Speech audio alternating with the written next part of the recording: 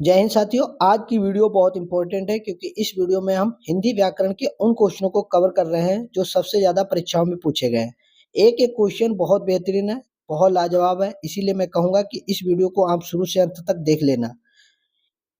आज की वीडियो का पहला प्रश्न है कि आपको देखना है कि जो ज्ञ वर्ण है किन वर्णों के सहयोग से बना है, ये आपको बताना है। तो ज्ञ जो वर्ण है आपको बताना है किन वर्णों के सहयोग से बना है। तो देखो ये ज्ञ जो है वर्ण, ये आपको पता होगा संयुक्त व्यंजन है। कैसा संयुक्त व्यंजन है? तो संयुक्त व्यंजन है। ये आपको ध्यान रखना है कि संयुक्त व्यंजनों की संख्या कितनी होती है, तो आपको पता होगी संयुक्त व्यंजनों की संख्या 4 है।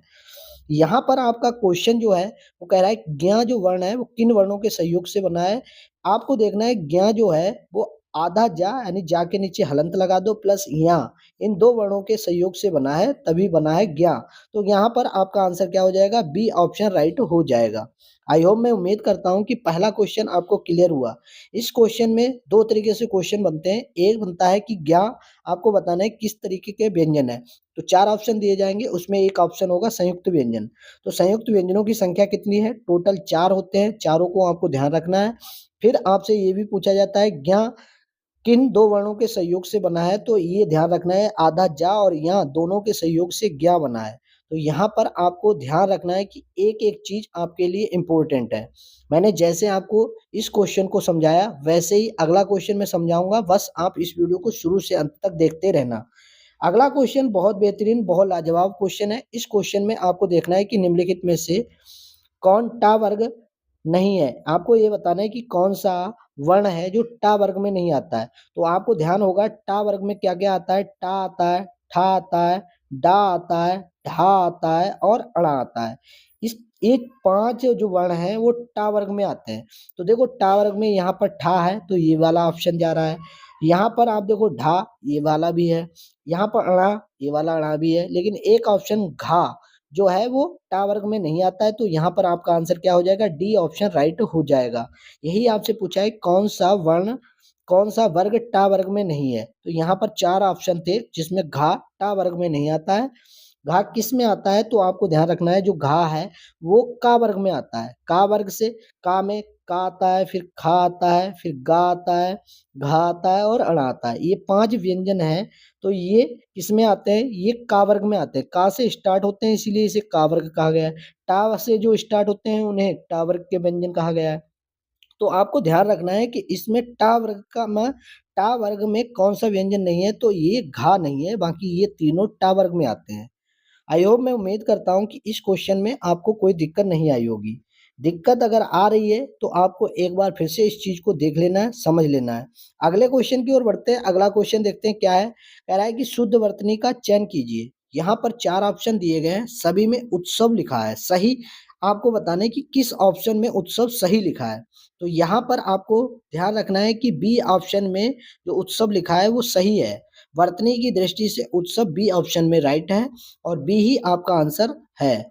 आई होप, मैं उम्मीद करता हूँ कि इस क्वेश्चन में आपको कोई दिक्कत नहीं आई होगी। दिक्कत आ ही नहीं सकती क्योंकि एक एक क्वेश्चन आपके लिए बहुत बेहतरीन है और आसानी से मैं समझाने की कोशिश भी कर रहा हूँ। यहाँ लिखा है शुद्ध वर्तनी का चयन कीजिए। फिर से आपको देखना है कि यहाँ पर जो शब्द लिखा गया है वो कौन सा है और वर्तनी की दृष्टि से कौन सा सही है, ये आपको देखना है। तो यहाँ पर नी दर्शन कौन सा सही है? तो देखो नी दर्शन बी ऑप्शन में सही है। तो यहाँ पर आपका बी ऑप्शन राइट हो जाएगा। आई होप, मैं उम्मीद करता हूँ कि इन चीज़ों को आप तैयार करते चल रहे हैं और एक एक चीज़ आपको समझ में आ भी रही है। समझ में आ रही है तो इस क्वेश्चन का आंसर एक बार कमेंट में जरूर देना। देखो लिखा है दिगंबर में प्रयुक्त संधि का नाम है। तो आपको दिगंबर में बताना है कि कौन सी संधि है। तो आपको पता है संधि के कितने भेद होते हैं। आपको पता है संधि के 3 भेद होते हैं। उन तीनों के नाम क्या है? स्वर संधि है, व्यंजन संधि है और विसर्ग संधि है। स्वर संधि के भी भेद होते हैं 5। आपको ध्यान रखना है स्वर संधि के कितने भेद होते हैं? 5। और संधि के कितने भेद होते हैं? आपको हो गए सर 3। तो 3 कौन कौन सी संधि होती हैं? तो स्वर, व्यंजन और विसर्ग। तो यहाँ पर क्वेश्चन में जो पूछा गया है कि दिगंबर में प्रयुक्त संधि कौन सी है? तो यहाँ पर व्यंजन संधि है। दिगंबर में कौन सी संधि है? तो व्यंजन संधि है। यहाँ पर आपका आंसर बी ऑप्शन राइट हो जाएगा। अगले क्वेश्चन की ओर बढ़ते हैं। अगला क्वेश्चन देखते हैं क्या है। लिखा है कि गायक का सही संधि विच्छेद है। तो देखो गायक एक शब्द लिखा गया है, इसका सही संधि विच्छेद बताना है।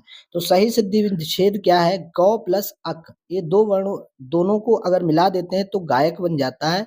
गायक में कौन सी संधि है ये भी आपसे पूछा जाता है। तो ये ईयण संधि का उदाहरण है। कौन सी संधि का उदाहरण है? ईयण संधि का उदाहरण है। आपको ध्यान रखना है कि गायक में कौन सी संधि है? ईयण संधि। गाय का संधि विच्छेद, गायक का संधि विच्छेद गौ प्लस अक है, यानी बी ऑप्शन राइट है। आई होप, मैं उम्मीद करता हूँ कि संधि विच्छेद से अगर क्वेश्चन या गायक आ गया तो गायक का कभी भी आप गलत नहीं करोगे। जैसे गायक है, नायक है, ये शब्द सब कैसे हैं? यण संधि में आते हैं। तो यण संधि का उदाहरण है। और यण संधि किस में आती है? स्वर संधि में आती है। स्वर संधि के मैंने अभी आपको बताए थे 5 भेद होते हैं। कितने? 5, जिसमें एक यण भी है। यण भी स्वर संधि का उदाहरण है। तो आई होप, मैं उम्मीद करता हूं कि इस क्वेश्चन में किसी स्टूडेंट को कोई दिक्कत नहीं आई होगी। नेक्स्ट क्वेश्चन की ओर बढ़ते हैं। अगला क्वेश्चन देखते हैं क्या है। क्वेश्चन है बेइंसाफी में प्रयुक्त उपसर्ग। देखो ये एक शब्द लिया गया है बेइंसाफी। तो इसमें आपको बताना है उपसर्ग। उपसर्ग क्या होते हैं? जब किसी शब्द के आगे कोई ऐसा शब्द लगा दें जिसका अर्थ बदल जाए। जैसे इंसाफी लिखा है, इंसाफ, ये इंसाफी एक शब्द है, इसके आगे अगर हम बे लगा देते हैं तो बेइंसाफी बोल जाएगा। तो यहाँ पर आपका आंसर क्या हो जाएगा? ए ऑप्शन राइट हो जाएगा। यहाँ पर आगे जो शब्द लगा है उसे कहते हैं उपसर्ग, और उपसर्ग लगाने से उसका अर्थ ही बदल जाता है। तो यहाँ पर आपका आंसर क्या हो जाएगा? ए ऑप्शन राइट हो जाएगा। नेक्स्ट क्वेश्चन की ओर बढ़ते हैं। अगला क्वेश्चन देखते हैं। कह रहा है कि निम्नलिखित में से उपसर्ग रहित शब्द है, यानी आपको बताना है कि ऐसा कौन सा शब्द है जिसमें उपसर्ग नहीं लगा है। देखो ये योग के आगे अगर सु लगा दो तो सुयोग हो जाएगा। देश के आगे अगर बी लगा दो तो विदेश हो जाएगा। अति, अधिक के आगे अधिक है, अधिक के आगे अति लगा दो तो अति अधिक हो जाएगा। अति लगा दो तो अति अधिक हो जाएगा। तो यहाँ पर इन तीनों में तो उपसर्ग लगे हैं, लेकिन एक ऐसा शब्द है जिसमें सुरेश, सुरेश में उपसर्ग नहीं है। यहाँ पर आपका आंसर क्या हो जाएगा? डी ऑप्शन राइट हो जाएगा।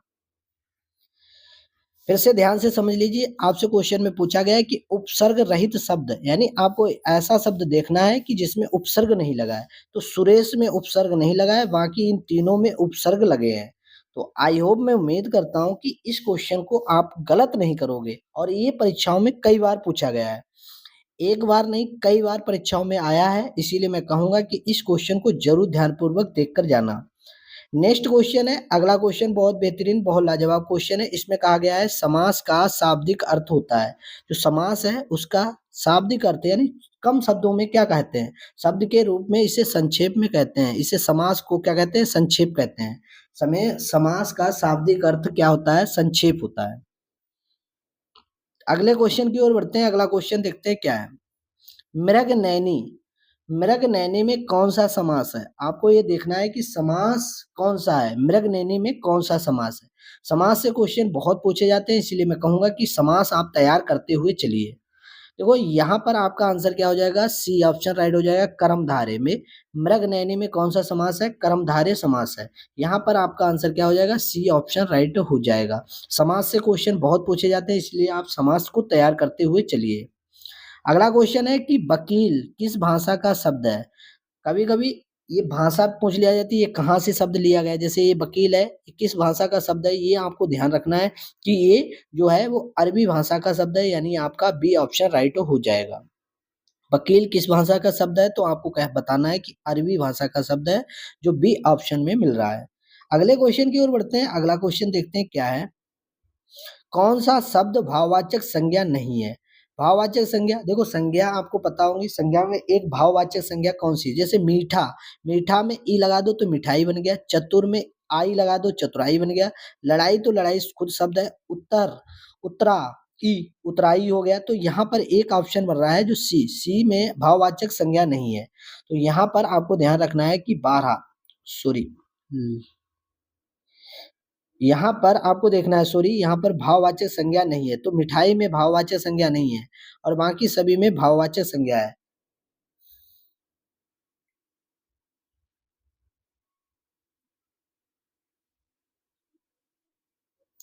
नेक्स्ट क्वेश्चन की ओर बढ़ते हैं। अगला क्वेश्चन देखते हैं क्या है। अगला क्वेश्चन है, कौन सा शब्द जातिवाचक संज्ञा नहीं है? आपको ये बताना है कि जातिवाचक संज्ञा में नहीं आता है। तो देखो, जवान है, बालक है, सुंदर है और मनुष्य है। देखो, सुंदर एक भाववाचक संज्ञा है। यहाँ पर आपका आंसर क्या हो जाएगा? सी ऑप्शन राइट हो जाएगा। बाकी सभी जातिवाचक संज्ञा है, जैसे जवान जातिवाचक संज्ञा है, बालक जातिवाचक संज्ञा है, मनुष्य जातिवाचक संज्ञा है। तो यहाँ पर का आंसर क्या हो जाएगा? सी ऑप्शन राइट हो जाएगा। अतनु, अतनु का पर्यायवाचक शब्द है। आपको बताना है पर्यायवाची, यानी इसका आपको बताना है पर्यायवाची कौन सा है। तो अतनु का सही पर्यायवाची क्या है? तो आप देखो, अतनु का सही पर्यायवाची क्या होगा? कामदेव होगा। क्या होगा? कामदेव, जो सी ऑप्शन में मिल रहा है। तो यहाँ पर आपको ध्यान रखना है कि अतनु का पर्यायवाची क्या है? कामदेव है। अगले क्वेश्चन की ओर बढ़ते हैं। अगला क्वेश्चन है, पीसुन, पीसुन का पर्यायवाची क्या है? तो पीसुन का पर्यायवाची है चुगलखोर। तो यहाँ पर आपका बी ऑप्शन राइट हो जाएगा। पीसुन का पर्यायवाची क्या है? चुगलखोर है, जो बी ऑप्शन में मिल रहा है। अगला क्वेश्चन है, मुख्य का विलोम शब्द है। तो यहाँ पर आप देखो, मुख्य का विलोम शब्द क्या है? गौड़। तो यहाँ पर आपका सी ऑप्शन मिल रहा है। तो सी ऑप्शन में गौड़ है। तो आपका सही आंसर क्या होगा? मुख्य का विलोम, यानी मुख्य का अपोजिट क्या है? तो गौड़ है। तो यहाँ पर सी ऑप्शन में मिल रहा है। नेक्स्ट क्वेश्चन है। अगला क्वेश्चन देखते हैं क्या है। हर्ष का विलोम शब्द बताना है। हर्ष, देखो हर्ष का विलोम क्या है? तो आप कह सकते हो सर हर्ष का विलोम क्या है? तो आप कह सकते हो विषाद। यहाँ पर डी ऑप्शन आपका राइट हो जाएगा। हर्ष का विलोम क्या होगा? विषाद होगा। नेक्स्ट क्वेश्चन है, थाली का बैगन से क्या अभिप्राय है? थाली का बैगन का मतलब होता है कोई व्यक्ति ऐसा, एक थाली है जिसमें बैगन है, वो यहाँ कभी गया, कहीं यहाँ गया, कहीं यहाँ गया, कहीं यहाँ गया, थाली में ही घूमता फिर रहा है। तो उसका मतलब कोई एक सिद्धांत नहीं है, यानी वो बेकार व्यक्ति है, सिद्धांतहीन व्यक्ति। तो यहाँ पर आपका आंसर क्या हो जाएगा? ए ऑप्शन राइट हो जाएगा। नेक्स्ट क्वेश्चन की ओर बढ़ते हैं। अगला क्वेश्चन देखो, आंखें चुराना, यानी कहते हैं कि आज उसने मुझसे आंखें चुरा ली। आंखें चुराने का मतलब होता है कतराना, यानी हमसे छिपना, दूर हटना। तो यहाँ पर आंसर क्या हो जाएगा? आंखें चुराने का अर्थ हो जाएगा कतराना, ना कि धोखा देना भी नहीं होगा, ठगना भी नहीं होगा, चाल चलना भी नहीं होगा। यहाँ पर एक ही ऑप्शन आपका राइट है, ए, कतराना। अगले क्वेश्चन की ओर बढ़ते हैं। अगला क्वेश्चन देखते हैं, किस रस को रसराज कहा जाता है? यहाँ पर आपको ये देखना है कि कौन सा रस है जिसे रसराज कहा जाता है। तो श्रृंगार रस को रसराज कहा जाता है। यहाँ पर आपका आंसर क्या हो जाएगा? ए ऑप्शन राइट हो जाएगा। आई होप, मैं उम्मीद करता हूँ कि आज की वीडियो आपको पसंद आई है तो लाइक करो। चैनल पर पहली बार जुड़े हो तो चैनल को सब्सक्राइब कर लो। अपने दोस्तों के पास इस वीडियो को शेयर जरूर कर देना, जिससे कि उनको भी हिंदी में अधिक से अधिक जानकारी मिल जाए। आज के लिए इतना ही। Thank you all of you.